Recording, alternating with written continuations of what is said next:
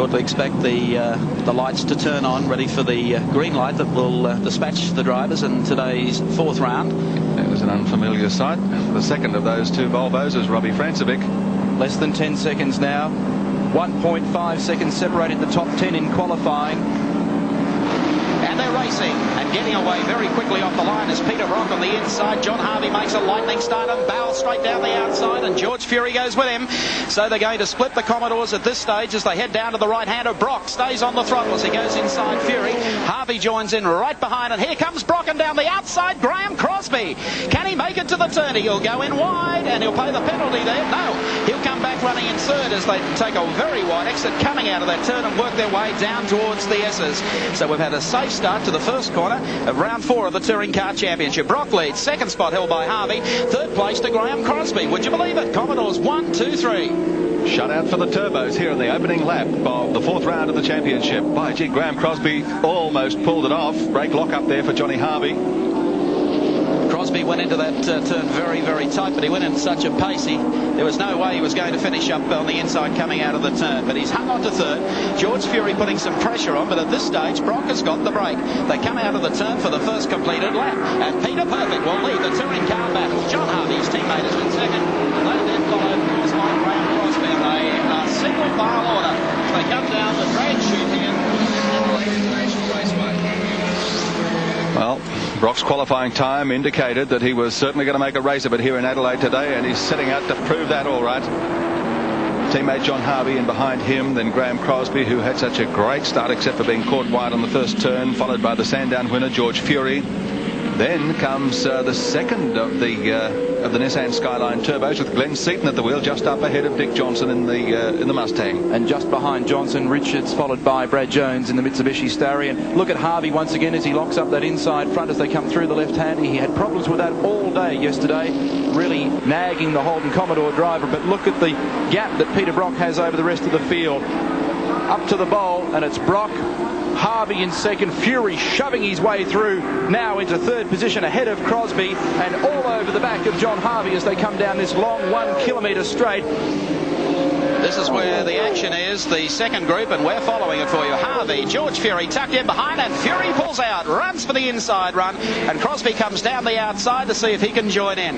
Harvey will go into the turn. They'll shut George Fury out there, but Graham Crosby has been passed by the Peter Jackson Nissan Skyline, and Glenn Seaton up just behind that second bunch. There's the traffic congestion. John Bowe back a little in the pack. Jim Richards running well in company with Dick Johnson at this stage of the race as they make their way down through the S's and towards the oval again. The man trying to do it all is George Fury. He can see Brock getting away from him. The fellow that's holding him up, believe it or not, is Brocky's partner, Johnny Harvey. Both the dealer team Commodores this weekend with around about 12 to 15 brake horsepower more than they've had in the first couple of rounds of the championship. They're not saying how they got it, but they've certainly done it nicely. They're also using Bridgestone tyres this weekend on their 17-inch rims. Harvey's car using the Momo wheels and Brock the BBS. And look now at Fury right in underneath car number 3. Here's a flash for you. Robbie Francevic in car number 10 is up into 6th position, and Johnny Bowe is well back. Fury to second, Harvey back to third, Crosby in 4th, Seaton getting closer all the time. George Fury now goes out after Peter Brock. Whether Brock's tyres will go the full 60 laps, only time will tell. At this stage, though, he's hounding the Commodore away. Fury running in second, Harvey third, Crosby is 4th. Well, the Nissan duo, Fury and Seaton, claim they were the only two that qualified yesterday on their race tyres. They all say that. They all say that, yeah. I mentioned Johnny Bowe, who came off the front row of the grid. He's now back in second last position. And Francevic in the other Volvo, who came off 10th spot on the grid, is up to 1, 2, 3, 4, 5th position.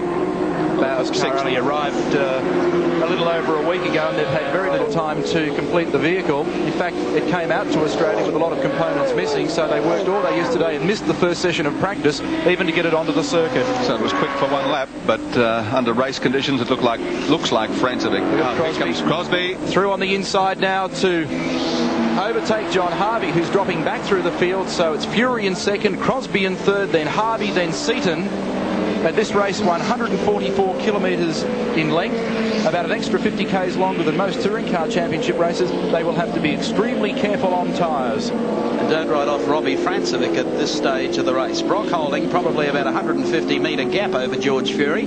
5 then back to Crosby, a metre then back to John Harvey, and then Glenn Seaton joining the draft. And then the second gap back to Robbie Francevic, Johnson and Jim Richards as they come through the bottom part of the speed bowl here at Adelaide International Raceway and onto the front straight. So Graham Crosby has managed to pull away just a little from Harvey. That time Fury's car went past here, didn't sound the best. We'll wait and see.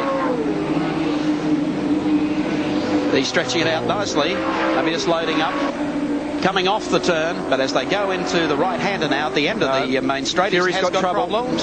So George Fury, the first danger signal for the Peter Jackson Nissan team. Graham Crosby has now gone through the second spot, and John Harvey will be very quickly up to third. And as they were in the first half lap of this race, it's Commodores 1, 2, 3.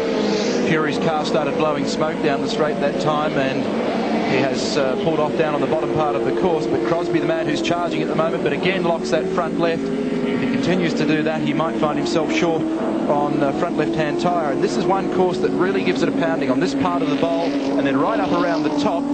Looking at them in practice yesterday, tyres were coming off cars completely stripped of rubber and right down to canvas. Commodore drivers this weekend have been experimenting with some new brake compound material, and they still haven't got it quite right, obviously. So Crosby in second place, and Harvey under a big threat coming down to the bottom of the main straight here from Glenn Seaton, George Fury's teammate, in the second of the Nissans. Was going to put a lot of pressure on Glenn Seaton, obviously not as experienced as George Fury. Fury is out of the race, by the way. He's only barely managed to get the car back to the bottom end of the pit row. In the 2-litre class, Johnny Smith leading in that category at the moment from teammate Drew Price and evergreen Bob Holden. There's the gap. Harvey and Glenn Seaton in car number 15, still waging a war there for third on the road. Brock still well clear, but this is where the interest is, and not too far back behind them. In fact, you'll probably catch it very shortly. The side of Robbie Francevic's Volvo is starting to come down and join up for the challenge. John Bowe, who was quicker in practice than Robbie Francevic, and dropped right out to the tail of the field and inside of 2 laps.